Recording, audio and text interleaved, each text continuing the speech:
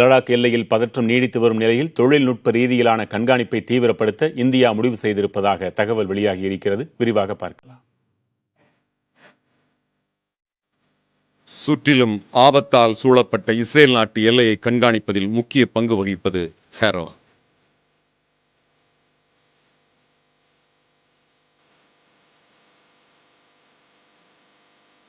உலகின் முன்னணி ஆளில்லா விமானங்களில் ஒன்று.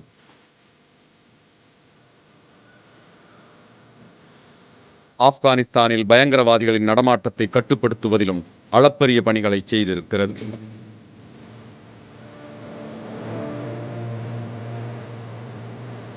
மணிக்கு 207 கிலோமீட்டர் வேகத்தில் 52 மணி நேரம் தொடர்ந்து பயணிக்கும் திறன் கொண்டது.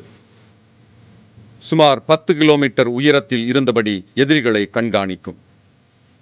முன்கூட்டியே திட்டமிட்டு பறக்கவிட்டால் தேவையான தகவல்களை சேகரித்துக் கொண்டு மீண்டும் தரையிறங்கும் திறன் கொண்டது ஹெரோன். தேவைப்பட்டால் கட்டுப்பாட்டு அறையில் இருந்தபடியும் இதனை இயக்கலாம். தொடர்பு துண்டிக்கப்பட்டால் தாமாகவே புறப்பட்ட இடத்துக்கு திரும்பி வந்துவிடும்.